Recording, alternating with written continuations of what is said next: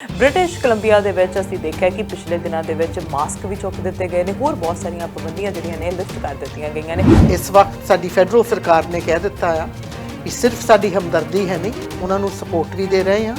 I think they've sent lots of armaments as well as aid, humanitarian aid. Ukraine ਦੇ ਨਾਲ ਸਾਡੇ relation ਜਿਹੜੇ ਨੇ ਸਟਰੋਂਗ ਨੇ, ਬਹੁਤ ਸਾਰੀ ਸਾਡੀ ਕਮਿਊਨਿਟੀ ਦਾ ਹਿੱਸਾ ਵੀ ਯੂਕਰੇਨੀਅਨਸ ਦਾ, ਸੋ ਉਹਨਾਂ ਦੇ ਲਈ ਸਾਡਾ ਅਸੀਂ ਹਮਦਰਦੀ ਹੀ ਪ੍ਰਗਟ ਕਰ ਸਕਦੇ ਹਾਂ ਤੇ ਸਰਕਾਰਾਂ ਜਿਹੜਾ ਆਪਣਾ ਜ਼ੋਰ ਲਗਾ ਰਹੀਆਂ ਨੇ। ਲੋਕਾਂ ਦੇ ਮਨਾਂ ਵਿੱਚ ਬਹੁਤ ਸਵਾਲ ਹੈਗੇ ਆ, ਉਹ ਕਿੱਥੇ ਰਹਿਣਗੇ? ਘਰਾਂ ਦੀ ਸ਼ੋਰਟੇਜ ਤਾਂ ਅੱਗੇ ਹੀ ਆ, ਮਹਿੰਗਾਈ ਇੰਨੀ ਹੋਈ ਪਈ ਆ, ਉਹਨਾਂ ਦਾ ਕਿੱਦਾਂ ਇੱਥੇ ਸਹਾਰਾ ਹੋਊਗਾ, ਉਹਨਾਂ ਨੂੰ ਕਿਸ ਤਰ੍ਹਾਂ ਦੀ ਸਪੋਰਟ ਮਿਲੂਗੀ? ਪਰ ਜਿਨ੍ਹਾਂ ਨੇ ਫੈਮਿਲੀ ਵਿੱਚ ਆਉਣਾ ਆ ਉਹ ਤਾਂ ਜਿੱਦਾਂ ਆਪਣੀ ਫੈਮਿਲੀ ਰੀਯੂਨੀਫਿਕੇਸ਼ਨ ਹੁੰਦੀ ਉਸ ਤਰੀਕੇ ਦੇ ਨਾਲ ਹੀ ਆ ਜਾਣਗੇ। ਮਾਸਕ ਪਹਿਨੋ ਜਦੋਂ ਤੁਸੀਂ ਅੰਦਰ ਇਨਸਾਈਡ ਹੁੰਦੇ ਆ, ਮੈਂ ਤਾਂ ਹਾਲੇ ਵੀ ਪਹਿਨਦੀ ਰਾਈਟ। ਇਹ ਆਪਣੇ ਲਈ ਨਹੀਂ ਦੂਸਰਿਆਂ ਲਈ ਵੀ ਹੈਗਾ। ਇੱਥੇ ਵਾਲਿਆਂ ਨੇ ਵੈਕਸੀਨ ਵੀ ਹਾਈ ਨੰਬਰਸ ਤੇ ਲਗਾਈ ਆ। ਸਰੀ ਪੈਨੋਰਾਮਾ ਦੇ ਵਿੱਚ we're close to 98% now, which is very good, and ਇਹ ਵੀ ਹੈਗਾ ਆ ਵੀ ਇਹਨਾਂ ਨੇ ਪਰਹੇਜ ਵੀ ਬਹੁਤ ਰੱਖਿਆ। ਪ੍ਰਦਰਸ਼ਨਕਾਰੀ ਅਸੀਂ ਦੇਖਿਆ ਸੀ ਕਿ ਪ੍ਰੋਟੈਸਟ ਹੋ ਰਹੇ ਸੀ, ਆਟਵਾ ਦੇ ਵਿੱਚ ਪ੍ਰੋਟੈਸਟ ਹੋ ਰਹੇ ਸੀ ਤੇ ਹੁਣ ਪ੍ਰੋਟੈਸਟ ਕਰਨ ਦੀ ਇੱਕ ਵਾਰਨਿੰਗ ਜਿਹੜੀ ਆ ਉਹ ਵਿਕਟੋਰੀਆ ਦੇ ਵਿੱਚ ਵੀ ਦਿੱਤੀ ਗਈ ਹੈ ਕਿ ਅਸੀਂ ਉੱਥੇ ਜਾ ਕੇ ਵੀ ਘੇਰਾਂਗੇ।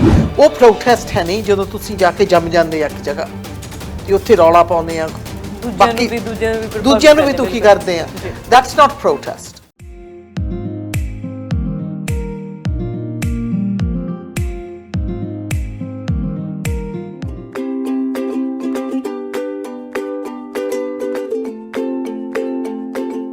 ਸਤਿ ਸ਼੍ਰੀ ਅਕਾਲ, ਤੁਸੀਂ ਦੇਖ ਰਹੇ ਹੋ ਸਾਂਝਾ ਟੀਵੀ। ਮੈਂ ਹਾਂ ਤੁਹਾਡੇ ਨਾਲ ਅਰਸ਼ਦੀਪ ਤੇ ਤੁਹਾਡਾ ਸਾਰਿਆਂ ਦਾ ਪ੍ਰੋਗਰਾਮ ਖਾਸ ਮੁਲਾਕਾਤ ਦੇ ਵਿੱਚ ਸਵਾਗਤ ਹੈ। ਤੇ ਇਸ ਪ੍ਰੋਗਰਾਮ ਦੇ ਵਿੱਚ ਅੱਜ ਗੱਲਬਾਤ ਕਰਾਂਗੇ BC ਦੇ ਬਾਰੇ, ਬ੍ਰਿਟਿਸ਼ ਕੋਲੰਬੀਆ ਦੇ ਬਾਰੇ। ਬ੍ਰਿਟਿਸ਼ ਕੋਲੰਬੀਆ ਦੇ ਵਿੱਚ ਅਸੀਂ ਦੇਖਿਆ ਕਿ ਪਿਛਲੇ ਦਿਨਾਂ ਦੇ ਵਿੱਚ ਮਾਸਕ ਵੀ ਚੁੱਕ ਦਿੱਤੇ ਗਏ ਨੇ, ਹੋਰ ਬਹੁਤ ਸਾਰੀਆਂ ਪਾਬੰਦੀਆਂ ਜਿਹੜੀਆਂ ਨੇ ਲਿਫਟ ਕਰ ਦਿੱਤੀਆਂ ਗਈਆਂ ਨੇ, ਜਿਸ ਦੇ ਵਿੱਚ ਹੁਣ 8 ਅਪ੍ਰੈਲ ਨੂੰ ਦੁਬਾਰਾ ਅਨਾਉਂਸ ਹੋਣਾ ਕਿ ਜਿਹੜੇ ਤੁਸੀਂ ਰੈਸਟੋਰੈਂਟ 'ਚ ਖਾਣ ਸਮੇਂ QR ਕੋਡ ਸਕੈਨ ਕਰਵਾਉਂਦੇ ਸੀ ਕਿ ਤੁਹਾਡੇ ਟੀਕੇ ਲੱਗੇ ਹੈ ਕਿ ਨਹੀਂ, ਉਹ ਵੀ ਲਿਫਟ ਹੋ ਜਾਣੇ ਆ ਤੇ ਹੋਰ ਬਹੁਤ ਸਾਰੀਆਂ ਪਾਬੰਦੀਆਂ ਜਿਹੜੀਆਂ ਨੇ ਉਹ ਨਾਰਮਲ ਹੋ ਜਾਣੀਆਂ ਨੇ ਤੇ ਉਸ ਤੋਂ ਬਾਅਦ ਅਸੀਂ ਬੈਕ ਟੂ ਟਰੈਕ ਆ ਜਾਵਾਂਗੇ, ਅਸੀਂ ਬੈਕ ਟੂ ਬੇਸਿਕ ਆਉਣ ਦੀ ਕੋਸ਼ਿਸ਼ ਕਰਾਂਗੇ। ਪਰ ਉਸ ਵਿਚਕਾਰ ਸਰਕਾਰ ਹੋਰ ਕਿਹੜੇ ਕਦਮ ਚੁੱਕ ਰਹੀ ਹੈ, ਇਸ ਤੇ ਵੀ ਗੱਲਬਾਤ ਕਰਾਂਗੇ। ਤੇ ਦੂਜੇ ਪਾਸੇ ਲੇਬਰ ਮਿਨਿਸਟਰ ਨੇ ਕੱਲ ਅਨਾਉਂਸ ਕੀਤਾ ਸੀ ਕਿ 45 ਸੈਂਟ ਮਿਨੀਮਮ ਵੇਜ ਵਧਾ ਦਿੱਤੀ ਗਈ ਹੈ। ਕਿੰਨੀ ਕੁ ਪ੍ਰਭਾਵਸ਼ਾਲੀ ਰਹੇਗੀ, ਕਿੰਨੇ ਕੁ ਲੋਕਾਂ ਦੇ ਲਈ 45 ਸੈਂਟ ਹੈਲਪਫੁਲ ਰਹਿਣਗੇ, ਇਸ ਬਾਰੇ ਵੀ ਗੱਲਬਾਤ ਕਰਾਂਗੇ। ਤੇ ਦੂਜੇ ਪਾਸੇ ਗੱਲਬਾਤ ਕਰਾਂਗੇ ਇਕਨੋਮੀ ਦੇ ਬਾਰੇ, ਨਵੀਆਂ ਜੌਬਸ ਦੇ ਬਾਰੇ, ਤੇ ਗੱਲਬਾਤ ਇਹ ਵੀ ਕਰਾਂਗੇ ਕਿ ਡਰੱਗਸ ਦੇ ਨਾਲ ਜਨਵਰੀ ਮਹੀਨੇ 'ਚ 270 ਮੌਤਾਂ ਹੋਈਆਂ ਨੇ। ਆਖਿਰ ਹੋਰ ਕਿੰਨੀਆਂ ਕੁ ਮੌਤਾਂ ਹੋਣਗੀਆਂ? BC ਸਰਕਾਰ ਕੀ ਕੁਝ ਕਰ ਰਹੀ ਹੈ? ਯੂਕਰੇਨ ਦੇ ਲੋਕ BC ਦੇ ਵਿੱਚ ਆਉਣਗੇ ਤੇ ਜਦੋਂ ਆਉਣਗੇ ਤੇ ਕਿਸ ਤਰ੍ਹਾਂ ਦਾ ਪਲਾਨ ਹੋਏਗਾ? ਬਹੁਤ ਸਾਰੀਆਂ ਹੋਰ ਅਪਡੇਟਸ ਨੇ ਤੇ ਅਪਡੇਟਸ ਦੇ ਨਾਲ ਗੱਲਬਾਤ ਕਰਾਂਗੇ MLA ਜਿਨੀ ਸਿਮਸ ਦੇ ਨਾਲ। ਆਓ ਸਵਾਗਤ ਕਰਦੇ ਹਾਂ। Welcome Jini. Thank you. So after a long time ਅੱਜ ਸਾਡੀ ਗੱਲਬਾਤ ਹੋ ਰਹੀ ਹੈ। ਸੋ ਜਿਨੀ, ਅੱਜ ਆਪਾਂ BC ਦੇ ਬਾਰੇ ਗੱਲਬਾਤ ਕਰਾਂਗੇ ਓਵਰਆਲ, ਜਿਹਦੇ ਵਿੱਚ ਸਭ ਤੋਂ ਪਹਿਲਾਂ ਯੂਕਰੇਨ ਦੀ ਜਿਹੜੀ ਸਿਚੁਏਸ਼ਨ ਬਣੀ ਹੋਈ ਹੈ ਜੀ ਉਹਦੇ ਬਾਰੇ ਗੱਲ ਕਰੀਏ ਤਾਂ ਅੱਜ ਦੇ ਟਾਈਮ ਦੇ ਉੱਤੇ BC ਦੇ ਵਿੱਚ ਕਿਹੜੇ ਲੋਕ ਆਉਣਗੇ ਤੇ ਪਲਾਨ ਕਿਹੜੇ ਤੇ ਕੰਮ ਹੋ ਰਿਹਾ ਜੀ? ਸਭ ਤੋਂ ਪਹਿਲਾਂ ਤਾਂ ਜਿਹੜੇ ਯੂਕਰੇਨ ਵਿੱਚ ਲੋਕ ਹੈਗੇ ਆ, ਸਾਡੇ ਸਾਰਿਆਂ ਦੀ ਉਹਨਾਂ ਦੇ ਨਾਲ ਬਹੁਤ ਹਮਦਰਦੀ ਹੈਗੀ ਆ। ਵੀ ਸਟੈਂਡ ਵਿਦ ਯੂਕਰੇਨ। ਕੋਈ ਨਹੀਂ ਚਾਹੁੰਦਾ ਵੀ ਕਿਸੇ ਵੀ ਮੁਲਕ ਵਿੱਚ ਆਮ ਇਨਸਾਨਾਂ 'ਤੇ ਬੰਬ ਚੱਲਣ ਜਾਂ ਉੱਥੇ ਜਾ ਕੇ ਗੰਨਾ ਚੱਲਣ। ਅਤੇ ਯੂਕਰੇਨ ਇੱਕ ਜਗ੍ਹਾ ਹੈਗੀ ਆ ਜਿਹੜੀ ਐਨ ਯੂਰਪ ਦੇ ਨਜ਼ਦੀਕ ਆ। ਇੱਕ ਪਾਸੇ ਰਸ਼ੀਆ, ਦੂਸਰੇ ਪਾਸੇ ਯੂਰਪ। ਅਤੇ ਉਹਨਾਂ ਨੇ ਰਿਕੁਐਸਟ ਕੀਤੀ ਸੀ ਕਿ ਨੇਟੋ ਨੂੰ ਜੁਆਇਨ ਕਰਨ ਨੂੰ, ਅਤੇ ਉੱਧਰੋਂ ਰਸ਼ੀਆ ਨੇ ਇਨਵੇਸ਼ਨ ਕਰ ਦਿੱਤਾ ਆ। ਸੋ ਇਸ ਵਕਤ ਸਾਡੀ ਫੈਡਰਲ ਸਰਕਾਰ ਨੇ ਕਹਿ ਦਿੱਤਾ ਆ ਵੀ ਸਿਰਫ ਸਾਡੀ ਹਮਦਰਦੀ ਹੈ ਨਹੀਂ, ਉਹਨਾਂ ਨੂੰ ਸਪੋਰਟ ਵੀ ਦੇ ਰਹੇ ਆ। I think they've sent lots of armaments as well as aid, humanitarian aid. But ਉਹਨਾਂ ਨੇ ਇੱਕ ਹੋਰ ਵੀ ਫੈਸਲਾ ਕੀਤਾ ਆ ਵੀ 2 ਸਾਲ ਲਈ ਜਿਹੜੇ ਇੱਥੇ ਸਿਰਫ ਟੈਂਪਰਰੀ ਆਉਣਾ ਚਾਹੁੰਦੇ ਆ ਉਹਨਾਂ ਲਈ ਦਰਵਾਜ਼ੇ ਖੋਲ੍ਹ ਦਿੱਤੇ ਗਏ ਆ ਵੀ ਉਹ ਇੱਥੇ ਆ ਸਕਦੇ ਆ ਜੇ ਉਹਨਾਂ ਦਾ ਕੋਈ ਇੱਥੇ ਪਰਿਵਾਰਕ ਮੈਂਬਰ ਹੈਗਾ ਆ। ਇਹ ਨਹੀਂ ਵੀ ਤੁਹਾਡਾ ਬੇਟਾ ਹੋਣਾ ਚਾਹੀਦਾ ਜਾਂ ਬੇਟੀ, it could B your cousins, extended family ਵਾਂਗੂ ਕਰ ਦਿੱਤਾ ਆ। ਅਤੇ ਦੂਸਰੀ ਗੱਲ ਇਹ ਵੀ ਹੈਗੀ ਆ ਵੀ ਉਹ ਵੀ ਕਿਹਾ ਵੀ ਜਿਹੜੇ ਇੱਥੇ ਰਹਿਣਾ ਵੀ ਚਾਹੁੰਦੇ ਆ ਉਹਨਾਂ ਲਈ ਵੀ ਦਰਵਾਜ਼ੇ ਖੁੱਲ੍ਹ ਗਏ ਆ। ਕਿੰਨੇ ਨੰਬਰ ਹੋਣਗੇ ਇਹ ਕਿਸੇ ਨੇ ਹਾਲੇ ਤੱਕ ਅਨਾਊਂਸ ਨਹੀਂ ਕੀਤਾ, ਓਪਨ ਐਂਡਡ ਹੈਗਾ ਆ। ਸੋ ਲੋਕਾਂ ਦੇ ਮਨਾਂ ਵਿੱਚ ਬਹੁਤ ਸਵਾਲ ਹੈਗੇ ਆ, ਉਹ ਕਿੱਥੇ ਰਹਿਣਗੇ? ਘਰਾਂ ਦੀ ਸ਼ੋਰਟੇਜ ਤਾਂ ਅੱਗੇ ਹੀ ਆ, ਮਹਿੰਗਾਈ ਇੰਨੀ ਹੋਈ ਪਈ ਆ, ਉਹਨਾਂ ਦਾ ਕਿੱਦਾਂ ਇੱਥੇ ਸਹਾਰਾ ਹੋਊਗਾ, ਉਹਨਾਂ ਨੂੰ ਕਿਸ ਤਰ੍ਹਾਂ ਦੀ ਸਪੋਰਟ ਮਿਲੂਗੀ? ਪਰ ਜਿਨ੍ਹਾਂ ਨੇ ਫੈਮਿਲੀ ਵਿੱਚ ਆਉਣਾ ਆ ਉਹ ਤਾਂ ਜਿੱਦਾਂ ਆਪਣੀ ਫੈਮਿਲੀ ਰੀਯੂਨੀਫਿਕੇਸ਼ਨ ਹੁੰਦੀ ਉਸ ਤਰੀਕੇ ਦੇ ਨਾਲ ਹੀ ਆ ਜਾਣਗੇ ਤੇ ਉਹਨਾਂ ਨੂੰ ਪਰਮਿਟ ਵੀ ਮਿਲੂਗਾ ਇੱਥੇ ਕੰਮ ਕਰਨ ਨੂੰ ਵੀ, ਉਹ ਕੰਮ ਵੀ ਫਿਰ ਲੈ ਸਕਦੇ। ਆਪਾਂ ਨੂੰ ਕਾਮਿਆਂ ਦੀ ਵੀ ਲੋੜ ਹੈਗੀ ਆ। ਬਾਕੀ ਹੋਰ ਕੀ ਫੈਡਰਲ ਸਰਕਾਰ ਪਲਾਨ ਬਣਾਊਗੀ ਉਹ ਹਾਲੇ ਤੱਕ ਕਿਸੇ ਨੂੰ ਪਤਾ ਨਹੀਂ ਗਾ ਹੈਗਾ। ਅਨਾਊਂਸਮੈਂਟ ਹੋ ਗਿਆ ਆ ਪਰ ਜਿਹੜਾ ਬਰੀਕੀ ਨਾਲ ਕੰਮ ਕਰਨ ਵਾਲਾ ਆ ਉਹ ਹਾਲੇ ਬਾਹਰ ਨਹੀਂ ਆਇਆ। ਬਿਲਕੁਲ ਬੜੀ ਸਿਚੁਏਸ਼ਨ ਇਦਾਂ ਦੀ ਹੈ ਕਿ ਕੁਝ ਨਹੀਂ ਪਤਾ ਕਿ ਕੀ ਹੋਣਾ ਆਉਣ ਵਾਲੇ ਟਾਈਮ ਦੇ ਵਿੱਚ, ਕਿਉਂਕਿ ਅੱਜ 20 ਤੋਂ ਉੱਤੇ ਦਿਨ ਹੋ ਗਏ ਨੇ ਤੇ ਉਸ ਤੋਂ ਉਹਨਾਂ ਦਿਨਾਂ ਦੇ ਵਿੱਚ ਅਜੇ ਵੀ ਉੱਥੇ ਜੰਗ ਜਾਰੀ ਹੈ, ਅਜੇ ਵੀ ਲੋਕਾਂ ਦੀਆਂ ਮੌਤਾਂ ਹੋ ਰਹੀਆਂ ਨੇ ਤੇ ਉਹ ਲੋਕ ਜਿਹੜੇ ਸਾਡੇ ਕੈਨੇਡਾ ਦੇ ਵਿੱਚ ਵੀ ਰਹਿੰਦੇ ਨੇ, ਯੂਕਰੇਨ ਦੇ ਨਾਲ ਸਾਡੇ ਰਿਲੇਸ਼ਨ ਜਿਹੜੇ ਨੇ ਸਟਰੋਂਗ ਨੇ, ਬਹੁਤ ਸਾਡੀ ਕਮਿਊਨਿਟੀ ਦਾ ਹਿੱਸਾ ਵੀ ਯੂਕਰੇਨੀਅਨਸ ਦਾ, ਸੋ ਉਹਨਾਂ ਦੇ ਲਈ ਸਾਡਾ ਅਸੀਂ ਹਮਦਰਦੀ ਹੀ ਪ੍ਰਗਟ ਕਰ ਸਕਦੇ ਹਾਂ ਤੇ ਸਰਕਾਰਾਂ ਜਿਹੜਾ ਆਪਣਾ ਜ਼ੋਰ ਲਗਾ ਰਹੀਆਂ ਨੇ। ਪਰ ਦੂਜੇ ਪਾਸੇ ਜਿਹੜੀਆਂ ਕਮਿਊਨਿਟੀਜ਼ ਇੱਥੇ ਰਹਿ ਰਹੀਆਂ ਨੇ, ਅਸੀਂ BC 'ਚ ਦੇਖਿਆ ਕਿ ਲਗਾਤਾਰ 2-2.5 ਸਾਲ ਤੋਂ ਕਿਸ ਤਰ੍ਹਾਂ ਦੇ ਨਾਲ BC ਇੱਕ ਐਗਜ਼ਾਮਪਲ ਬਣ ਕੇ ਸਾਹਮਣੇ ਆਈ ਕੋਵਿਡ ਦੇ ਟਾਈਮ ਦੇ ਵਿੱਚ। ਤੇ ਹੁਣ ਮਾਸਕ ਅਸੀਂ ਫਿਰ ਵੀ ਦੇਖਿਆ ਕਿ ਅਸੀਂ ਸਟੋਰ ਦੇ ਵਿੱਚ ਜਾਂਦੇ ਆ, ਲੋਕਾਂ ਦੇ ਮਾਸਕ ਲੱਗੇ ਹੁੰਦੇ ਆ, ਅਜੇ ਵੀ ਲੋਕ ਜਿਹੜੇ ਨੇ ਉਹ ਮਾਸਕ ਆਪਣੇ ਕੋਲ ਰੱਖਦੇ ਹੈਗੇ ਨੇ, ਮੈਨੂੰ ਪਤਾ ਤੁਹਾਡੇ ਕੋਲ ਵੀ ਹੈਗਾ ਆ ਮਾਸਕ, ਸੋ ਸਾਰੇ ਮਾਸਕ ਅਜੇ ਵੀ ਲਗਾ ਰਹੇ ਨੇ। ਅਸੀਂ ਪਤਾ ਨਹੀਂ ਯੂਜ਼ ਟੂ ਹੋ ਗਏ ਆ, ਪਤਾ ਨਹੀਂ ਅਸੀਂ ਕਹਿੰਦੇ ਕਿ ਨਹੀਂ ਅਜੇ ਵੀ ਕੋਵਿਡ ਹੈ, ਅਸੀਂ ਉਹਦੇ ਤੋਂ ਥੋੜਾ ਜਿਹਾ ਬਚੀਏ, ਡਰ ਕੇ ਰਹੀਏ, ਕਿਉਂਕਿ ਫੁੱਲੀ ਵੈਕਸੀਨੇਟਡ ਨਹੀਂ। ਕੀ ਸਰਕਾਰ ਕਰ ਰਹੀ ਹੈ? ਹੁਣ ਸਰਕਾਰ ਕੀ ਕਰ ਰਹੀ ਹੈ ਕਿ ਟੀਕੇ ਜਿਹੜੇ ਨੇ ਕਈਆਂ ਨੇ ਜਿਹੜੇ ਬੂਸਟਰ ਉਹ ਨਹੀਂ ਲਗਵਾਏ, ਬੱਚਿਆਂ ਦੇ ਨਹੀਂ ਲਗਵਾਏ, ਤੇ ਹੁਣ ਜਦੋਂ ਲਿਫਟ ਹੋ ਜਾਣਗੇ ਲੋਕਾਂ ਦੇ ਸਵਾਲ ਇਹ ਹੈ ਕਿ ਜਦੋਂ ਅਸੀਂ ਰੈਸਟੋਰੈਂਟ 'ਚ QR ਕੋਡ ਸਕੈਨ ਕਰਦੇ ਆ, ਉਹ ਜਦੋਂ ਵੀ ਅਸੀਂ ਸਕੈਨ ਕਰਾਉਣੇ ਆ, ਇਹ ਲਿਫਟ ਹੋ ਜਾਊਗਾ, ਉਸ ਤੋਂ ਬਾਅਦ ਜ਼ਰੂਰਤ ਨਹੀਂ ਰਹੂਗੀ ਟੀਕਿਆਂ ਦੀ ਜਿਨ੍ਹਾਂ ਨੇ ਅਜੇ ਤੱਕ ਨਹੀਂ ਲਗਵਾਏ। ਹਰ ਇੱਕ ਇਨਸਾਨ ਨੂੰ ਟੀਕਾ ਲਵਾਉਣਾ ਚਾਹੀਦਾ ਆ।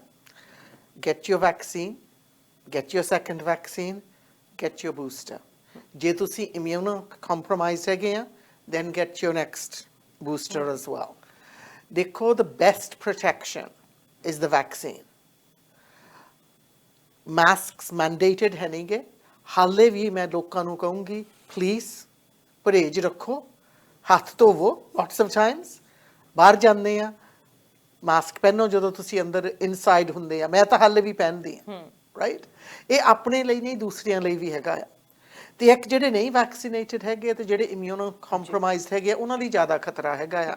ਸੋ ਇਹ ਨਹੀਂ ਆਪਾਂ ਨੂੰ ਸੋਚਣਾ ਚਾਹੀਦਾ ਹੁਣ ਵੈਕਸੀਨ ਦੀ ਲੋੜ ਹੈ ਨਹੀਂ ਜੀ, ਵੈਕਸੀਨ ਦੀ ਲੋੜ ਹੈਗੀ ਆ। ਜਦੋਂ ਅਸੀਂ ਅੱਜ ਡੇਟਾ ਦੇਖੀਦਾ ਆ ਯੂਰਪ ਵਿੱਚ ਕੀ ਹੋ ਰਿਹਾ ਆ ਜੀ, ਤੇ ਉਧਰ ਕੀ ਹੋ ਰਿਹਾ ਆ, ਆਪਣੇ ਚਾਈਨਾ ਦੇ ਵਿੱਚ ਵੀ ਹੁਣ ਨੰਬਰ ਬਹੁਤ ਵਧਣ ਲੱਗ ਪਏ ਆ। ਸੋ BC ਵਾਲਿਆਂ ਦਾ ਬਹੁਤ ਬਹੁਤ ਧੰਨਵਾਦ। ਇੱਥੇ ਵਾਲਿਆਂ ਨੇ ਵੈਕਸੀਨ ਵੀ ਹਾਈ ਨੰਬਰਸ ਤੇ ਲਗਾਈ ਆ। ਸਰੀ ਪੈਨੋਰਾਮਾ ਦੇ ਵਿੱਚ we're close to 98% now, which is very good. And ਇਹ ਵੀ ਹੈਗਾ ਆ ਵੀ ਇਹਨਾਂ ਨੇ ਪਰਹੇਜ਼ ਵੀ ਬਹੁਤ ਰੱਖਿਆ। ਸਾਡੀ ਇਕਨੋਮੀ ਵੀ ਚੱਲਦੀ ਰਹੀ ਆ, ਅਸੀਂ ਪਰਹੇਜ਼ ਵੀ ਰੱਖਿਆ ਤੇ ਸਾਡੇ ਫਿਰ ਵੀ ਸਹੀ ਤਰੀਕੇ ਦੇ ਨਾਲ ਕੰਮ ਹੋ ਗਿਆ। ਜਿਹੜੀਆਂ ਮੌਤਾਂ ਹੋਈਆਂ ਉਹਨਾਂ ਦਾ ਬਹੁਤ ਅਫਸੋਸ ਆ, ਕਈਆਂ ਨੂੰ ਲੌਂਗ ਟਰਮ ਇੰਪੈਕਟ ਵੀ ਰਹਿਣੀ ਆ, ਜਿਨ੍ਹਾਂ ਨੂੰ ਹੋਇਆ ਆ ਉਹਨਾਂ ਨਾਲ ਵੀ ਬਹੁਤ ਹਮਦਰਦੀ ਹੈਗੀ ਆ। ਪਰ ਜੇ ਅਸੀਂ ਸੋਚਦੇ ਹਾਂ ਵੀ ਵਾਇਰਸ ਡਿਸਅਪੀਅਰਡ ਹੋ ਗਿਆ, ਵਾਇਰਸ ਇਜ਼ ਹੀਅਰ। ਆਪਾਂ ਨੂੰ ਵਾਇਰਸ ਦੇ ਨਾਲ ਗਿੱਝਣਾ ਪੈਣਾ ਵੀ ਕਿੱਦਾਂ ਰਹੀਏ। ਕਈਆਂ ਨੂੰ ਹੈਗਾ ਹੁਣ ਅਸੀਂ ਘਰ ਪਾਰਟੀਆਂ ਕਰ ਸਕਦੇ ਹਾਂ। ਮੈਂ ਇੱਕੋ ਹੀ ਬੇਨਤੀ ਕਰਦੀ ਹਾਂ, ਜੇ ਤੁਹਾਡੇ ਘਰ ਬਜ਼ੁਰਗ ਹੈਗੇ ਆ, ਜੇ ਤੁਹਾਡੇ ਘਰ ਛੋਟੇ ਬੱਚੇ ਹੈਗੇ ਆ ਜਿਨ੍ਹਾਂ ਦੇ ਨਹੀਂ ਵੈਕਸੀਨ ਲੱਗੀ, ਬੀ ਕੇਅਰਫੁਲ। ਉਹਨਾਂ ਲੋਕਾਂ ਨੂੰ ਸੱਦੋ ਜਿਨ੍ਹਾਂ ਤੇ ਤੁਹਾਨੂੰ ਇਤਬਾਰ ਹੈਗਾ ਆ ਵੀ ਉਹਨਾਂ ਨੇ ਟੀਕੇ ਵੀ ਲਵਾਏ ਆ ਤੇ ਉਹ ਵੀ ਥੋੜਾ ਪਰਹੇਜ਼ ਰੱਖਦੇ ਆ। ਸੋ ਇਹ ਤਾਂ ਹੁਣ ਇੰਡੀਵਿਜੂਅਲ ਤੇ ਆ ਗਿਆ। ਗਾਂ ਕੀ ਹੋਣਾ ਆ, ਨਾ ਸਾਨੂੰ 3 ਸਾਲ ਪਹਿਲਾਂ ਪਤਾ ਸੀ, ਨਾ 2 ਸਾਲ ਪਿੱਛੇ ਪਤਾ ਸੀ, ਨਾ ਸਾਨੂੰ ਪਿਛਲੇ ਸਾਲ ਪਤਾ ਸੀ। ਇਹ ਵਾਇਰਸ ਸਾਨੂੰ ਸਦਾ ਹੀ ਸਰਪ੍ਰਾਈਜ਼ ਕਰੀ ਜਾਂਦਾ ਆ। ਉਹਦੇ ਲਈ ਅਸੀਂ ਹੈਲਥ ਅਥਾਰਟੀਜ਼ ਨੂੰ, ਜਿਹੜੇ ਆਪਣੇ ਹੈਲਥ ਪ੍ਰੋਫੈਸ਼ਨਲਸ ਹੈਗੇ, ਡਾਕਟਰ ਬੋਨੀ ਹੈਨਰੀ, ਉਹਦੇ ਹੱਥ ਵਿੱਚ ਰਹਿਣ ਦਿੰਦੇ ਆ। ਪਰ ਮੈਂ ਲੋਕਾਂ ਦੇ ਮੂਹਰੇ ਬੇਨਤੀ ਕਰੂੰਗੀ, ਜੇ ਤੁਸੀਂ ਨਹੀਂ ਵੈਕਸੀਨ ਲਵਾਈ, ਵੈਕਸੀਨ ਲਵਾਵੋ। ਜੇ ਤੁਸੀਂ ਨਹੀਂ ਬੂਸਟਰ ਲਵਾਇਆ, ਬੂਸਟਰ ਲਵਾਵੋ। ਇਹ ਤੁਹਾਡੀ ਸੇਫਟੀ ਦੇ ਲਈ ਆ। ਜੇ ਤੁਸੀਂ ਸੋਚਦੇ ਵੀ ਇਹ ਵਾਇਰਸ ਹੈ ਨਹੀਂ, ਵੀ ਬਾਹਲਾ ਅਸਰ ਨਹੀਂ ਪੈਂਦਾ, ਉਹਨਾਂ ਲੋਕਾਂ ਨੂੰ ਨਾਲ ਗੱਲ ਕਰਕੇ ਦੇਖੋ ਜਿਹੜੇ 6 ਮਹੀਨੇ ਬਾਅਦ ਵੀ ਹਾਲੇ ਵੀ ਕਹਿੰਦੇ ਜਦੋਂ ਅਸੀਂ ਪੌੜੀਆਂ ਚੜ੍ਹਦੇ ਹਾਂ ਸਾਡਾ ਸਾਹ ਉੱਠ-ਪੁੱਟ ਹੋ ਜਾਂਦਾ ਹੈ। ਸੋ ਟੇਕ ਪ੍ਰੀਕਾਸ਼ਨਸ। ਦੇਖੋ, ਜਦੋਂ ਅਸੀਂ ਰੋਡ ਕ੍ਰਾਸ ਕਰੀਦਾ ਆ, ਅਸੀਂ ਅੱਖ ਬੰਦ ਕਰਕੇ ਨਹੀਂ ਰੋਡ ਕ੍ਰਾਸ ਕਰੀਦਾ ਆ। We look to the left, we look to the right, and we look to the left again, right? The other way around. I said it the way we grew up in England, right? So we look to the right, we look to the left, and then we look to the right again. Because we're taking care of ourselves. In the same way with the virus, wear a mask, get vaccinated, and it's not mandatory. But if you see there's lots of people close by, put on a mask. ਬਿਲਕੁਲ, ਜਿਵੇਂ ਹੁਣ ਪ੍ਰਦਰਸ਼ਨਕਾਰੀ ਅਸੀਂ ਦੇਖਿਆ ਸੀ ਕਿ protest ਹੋ ਰਹੇ ਸੀ, Ottawa ਦੇ ਵਿੱਚ ਪ੍ਰੋਟੈਸਟ ਹੋ ਰਹੇ ਸੀ, ਤੇ ਹੁਣ ਪ੍ਰੋਟੈਸਟ ਕਰਨ ਦੀ ਇੱਕ ਵਾਰਨਿੰਗ ਜਿਹੜੀ ਆ ਉਹ ਵਿਕਟੋਰੀਆ ਦੇ ਵਿੱਚ ਵੀ ਦਿੱਤੀ ਗਈ ਹੈ ਕਿ ਅਸੀਂ ਉੱਥੇ ਜਾ ਕੇ ਵੀ ਘੇਰਾਂਗੇ। ਤੇ ਉੱਥੇ ਜਾ ਕੇ ਪ੍ਰੀਮੀਅਰ ਨੇ ਵੀ ਕਹਿ ਦਿੱਤਾ ਸੀਗਾ ਕਿ ਆਪਣੇ ਕੰਮ ਨਾਲ ਕੰਮ ਮਤਲਬ ਰੱਖੋ, ਕੰਮ ਕਰੋ, ਹਾਰਡ ਵਰਕ ਕਰੋ। ਉਹਨਾਂ ਬਾਰੇ ਕੀ ਕਹੋਗੇ ਜੀ? ਦੇਖੋ, ਅਸੀਂ ਇਸ ਮੁਲਕ ਵਿੱਚ ਰਹਿੰਦੇ ਹਾਂ ਜਿੱਥੇ ਸਾਡਾ ਪੂਰਾ ਹੱਕ ਹੈਗਾ ਆ to protest and to gather and for free speech, ਉਹ ਕਰੋ, ਜਾ ਕੇ ਪ੍ਰੋਟੈਸਟ ਕਰਕੇ ਘਰ ਨੂੰ ਜਾਵੋ। ਇਹ ਨਹੀਂ ਵੀ ਤੁਸੀਂ ਉੱਥੇ ਗਏ ਆ ਤੁਸੀਂ ਉੱਥੇ ਜੰਮ ਜਾਓ। ਉਹਦੇ ਨਾਲ ਜਿਹੜੇ ਆਲੇ ਦੁਆਲੇ ਰਹਿੰਦੇ ਆ ਉਹਨਾਂ ਬਿਜ਼ਨੈਸਿਸ ਵਿੱਚ ਤੇ ਉਸ ਮਾਹੌਲ ਦੇ ਵਿੱਚ ਬਹੁਤ ਹੀ ਅਸਰ ਪੈਂਦਾ। ਪੋਟਵਾ ਵਿੱਚ ਦੇਖਿਆ ਕਿੰਨਾ ਨੁਕਸਾਨ ਹੋਇਆ ਆ। ਉਹ ਪ੍ਰੋਟੈਸਟ ਹੈ ਨਹੀਂ ਜਦੋਂ ਤੁਸੀਂ ਜਾ ਕੇ ਜੰਮ ਜਾਂਦੇ ਆ ਇੱਕ ਜਗ੍ਹਾ ਤੇ ਉੱਥੇ ਰੌਲਾ ਪਾਉਂਦੇ ਆ, ਦੂਜਿਆਂ ਨੂੰ ਵੀ ਦੁਖੀ ਕਰਦੇ ਆ। That's not protest. And so I agree with the premier, by all means come protest for an hour, 2 hours, 3 hours, 4 hours, even if you want to for 5 hours, 6 hours, but then go home. Tell you think ਕਿ ਜੋ ਤੁਸੀਂ ਕਹਿਣਾ ਆਪਣੀ ਗੱਲ ਰੱਖੋ ਸਾਹਮਣੇ, ਸਰਕਾਰ ਵੀ ਸੁਣਦੀ ਹੈ। ਜੇ ਸਰਕਾਰ ਨਹੀਂ ਐਕਸ਼ਨ ਲੈਂਦੀ ਤੈਨ ਤੁਹਾਨੂੰ ਪ੍ਰੋਟੈਸਟ ਕਰਨ ਦਾ ਹੱਕ ਹੈ। ਤੇ ਸ਼ਾਂਤਮਈ ਪ੍ਰੋਟੈਸਟ ਅਸੀਂ ਡੈਮੋਕ੍ਰੇਸੀ ਦੇ ਵਿੱਚ ਰਹਿੰਦੇ ਹਾਂ ਤੇ ਹੁਣ ਕੋਈ ਦਾ ਕੀ ਫਾਇਦਾ? ਦੇਖੋ vaccine mandate is here, right? Vaccine ਹੋਣੀ ਪੈਂਦੀ ਆ, ਉਹ ਵੀ ਤੁਹਾਨੂੰ ਮਜਬੂਰੀ ਨਹੀਂ। ਮਾਸਕ ਦਾ ਸੀਗਾ, ਆ ਸਿਰਫ ਹੁਣ ਆਪਣੇ ਵੈਕਸੀਨ ਪਾਸਪੋਰਟ ਰਹਿ ਗਏ। ਜੀ ਜੀ, ਬਾਕੀ ਜਿਹੜੀਆਂ ਚੀਜ਼ਾਂ ਹੈਗੀਆਂ ਉਹ ਫੈਡਰਲ ਆ, ਸਾਡੇ ਹੱਥ ਵਿੱਚ ਹੈ ਨਹੀਂ। ਸੋ ਮੇਰੀ ਤਾਂ ਲੋਕਾਂ ਦੇ ਮੂਹਰੇ ਇਹੀ ਬੇਨਤੀ ਆ, ਇਹ ਜਿਹੜਾ ਮਾਹੌਲ ਸੀਗਾ ਪੈਂਡੈਮਿਕ ਦਾ ਨਾ, ਬਹੁਤ ਹੀ ਮੁਸ਼ਕਲ ਸੀ ਸਾਰੇ ਸਮਾਜ ਲਈ, ਜੀ ਪੋਲੀਟੀਸ਼ੀਅਨਸ ਲਈ ਵੀ, ਜਿਹੜੇ ਘਰ ਰਹਿੰਦੇ ਆ। ਸਾਡੇ ਹੈਲਥ ਕੇਅਰ ਵਰਕਰਸ ਦਾ ਸੋਚੋ, ਉਹ ਕਿੱਦਾਂ ਲਗਾਤਾਰ ਸ਼ਿਫਟਾਂ ਕਰਦੇ ਆ। ਕਈ ਰੋਂਦੇ ਆ ਵੀ ਇੰਨਾ ਚਿਰ ਹੋ ਗਿਆ ਸਾਨੂੰ ਡੇ ਆਫ ਨਹੀਂ ਮਿਲਿਆ। ਸੋ ਇਹ ਕਿਸੇ ਦੇ ਹੱਥ ਵਿੱਚ ਹੈ ਨਹੀਂ ਸੀ ਜਦੋਂ ਵਾਇਰਸ ਆ ਜਾਂਦਾ ਆ, ਪਰ ਸਾਡੇ ਹੱਥ ਵਿੱਚ ਹੈਗਾ ਆ ਵੀ ਅਸੀਂ ਕਿਸ ਤਰੀਕੇ ਦੇ ਨਾਲ ਪਰਹੇਜ਼ ਰੱਖਣਾ। ਉਹ ਪਰਹੇਜ਼ ਰੱਖੋ ਤੇ ਆਪਣੇ ਆਪ ਨੂੰ ਤੇ ਜਿਹੜੇ ਤੁਹਾਡੇ ਆਲੇ ਦੁਆਲੇ ਆ ਉਹਨਾਂ ਨੂੰ ਵੀ ਸੇਫ ਰੱਖੋ। ਅੱਛਾ ਜਿਨੀ, ਜਦੋਂ ਅਸੀਂ ਗੱਲ ਕਰਦੇ ਹਾਂ ਕਿ ਕੋਵਿਡ ਦੇ ਨਾਲ ਬਹੁਤ ਸਾਰੇ ਲੋਕਾਂ ਦੀ ਡੈਥ ਹੋਈ ਆ, ਤਾਂ ਉਸ ਦੇ ਵਿਚਕਾਰ ਇੱਕ ਹੋਰ ਪੈਂਡੈਮਿਕ ਕਹਿ ਸਕਦੇ ਹਾਂ ਉਹਨੂੰ ਅਸੀਂ ਕਹਿ ਸਕਦੇ ਹਾਂ ਕਿ ਇੱਕ ਅਜਿਹਾ ਚੀਜ਼ ਨੇ ਜਨਮ ਲਿਆ ਕਿ ਬਹੁਤ ਜ਼ਿਆਦਾ ਨਸ਼ਿਆਂ ਦੀ ਵਰਤੋਂ ਹੋਣ ਲੱਗ ਗਈ, ਇਲੀਸਿਟ ਡਰੱਗਸ ਦੀ ਜਿਹੜੀ ਵਰਤੋਂ ਹੋਣ ਲੱਗ ਗਈ। ਹੁਣ ਪਿਛਲੇ ਹਫਤੇ ਦੇ ਜੇ ਅਸੀਂ ਡੇਟਾ ਦੇ ਨਜ਼ਰ ਮਾਰੀਏ ਤਾਂ 207 ਡੈਥ ਇੱਕ ਮਹੀਨੇ ਦੇ ਵਿੱਚ ਰਿਪੋਰਟ ਹੋਣੀਆਂ, ਇੱਕ ਬਹੁਤ ਵੱਡਾ ਡੇਟਾ। 2022 ਅਜੇ ਸ਼ੁਰੂ ਹੋਇਆ ਤੇ ਕਿੱਥੇ ਜਾ ਕੇ ਈਅਰ ਦਾ ਅੰਤ ਹੋਣਾ ਹੈ। ਸੋ ਉਸ ਦੇ ਨਾਲ ਹੁਣ ਸਰਕਾਰ ਹੋਰ ਕੀ ਕੁਝ ਕਰ ਰਹੀ ਹੈ? ਮੈਨੂੰ ਪਤਾ ਕਿ ਬਹੁਤ ਸਾਰੀਆਂ ਜਿਹੜੀਆਂ ਨੇ ਫਾਰਮੇਸੀਜ਼ ਵੀ ਨੇ, ਅਜਿਹੇ ਟੂਲਸ ਵੀ ਦਿੱਤੇ ਆ ਸਰਕਾਰ ਦੇ ਵੱਲੋਂ, ਪਰ ਅਜੇ ਵੀ ਇਹ ਮੌਤਾਂ ਰੁਕਣ ਦਾ ਨਾਂ ਨਹੀਂ ਲੈ ਰਹੀਆਂ। ਕੀ ਕਾਰਨ? ਦੇਖੋ ਬਹੁਤ ਸਾਰੇ ਕਾਰਨ ਹੈਗੇ ਆ। ਇੱਕ ਨਾ ਕੋਵਿਡ ਤੋਂ ਪਹਿਲਾਂ ਜਦੋਂ ਅਸੀਂ ਅੰਕੜੇ ਦੇਖੀਦੇ ਆ, ਉਦੋਂ ਜਿਹੜੇ ਆ ਓਪੀਓਇਡ ਡੈਥ ਸੀਗੇ ਤੇ ਕ੍ਰਾਈਸਿਸ ਸੀਗੀ, it had started to go down. ਬਹੁਤ ਵਧੀਆ ਜਦੋਂ ਨਿਊ ਮੈਂਟਲ ਹੈਲਥ ਮਿਨਿਸਟਰੀ ਖੋਲ੍ਹੀ ਸੀਗੀ, ਬਹੁਤ ਸਾਰੇ ਆਪਣੇ ਜਿਹੜੇ ਫਾਊਂਡਰੀਜ਼ ਵੀ ਬਣਾਈਆਂ ਸੀਗੀਆਂ, ਇੱਥੇ ਆਪਣੇ ਕਲਚਰਲੀ ਸੈਂਸਿਟਿਵ ਪਲੇਸਿਸ ਵੀ ਖੋਲ੍ਹੇ ਆ। 24/7 online help as well as in-person help for young people. But ਜਦੋਂ COVID ਆ ਗਿਆ ਉਹਦੇ ਨਾਲ mental health grew। ਜਦੋਂ mental pressure grow ਕਰ ਜਾਂਦਾ, ਜਿਹਨਾਂ ਦੇ ਕੋਲ ਹੈਗੀ tendency to use and abuse drugs, ਉਹਨਾਂ ਦੇ ਲਈ ਉਹ ਸੌਖਾ ਬਣ ਗਿਆ। ਪਰ ਜਿਹੜੀ drug supply ਆਉਂਦੀ ਸੀਗੀ ਨਾ, ਉਹ ਵੀ interrupted ਹੋ ਗਈ। When that got interrupted, ਆ ਜਿਹੜੀ ਹੁਣ drug supply ਆ, it's corrupted। ਉਹਦੇ ਵਿੱਚ ਮਿਲਾਵਟ ਆ। ਮੈਂ ਸਵੇਰੇ ਨਿਊਜ਼ ਦੇਖਦੀ ਸੀਗੀ, ਇੱਕ ਇਨਸਾਨ ਆਪਣੇ ਕੁੱਤੇ ਨੂੰ ਵੋਕ ਤੇ ਲੈ ਕੇ ਗਿਆ ਸੀਗਾ, ਉਹ ਕੁੱਤੇ ਨੇ ਕੁਛ ਸੁੰਘ ਲਿਆ ਨਾ, it was marijuana. Marijuana by itself wouldn't have harmed, but mixed in with the marijuana was opioids. And the dog nearly died. They saved the dog because he took them straight over to the vet. But what I'm saying is the supply has been corrupted. Lots of people are using alone. So make sure if you do use, you don't use alone, because at least somebody can call for help. The other thing is, and I think we need to do more work on this, everybody. It's not something governments can do. We have our own circle of friends and relatives.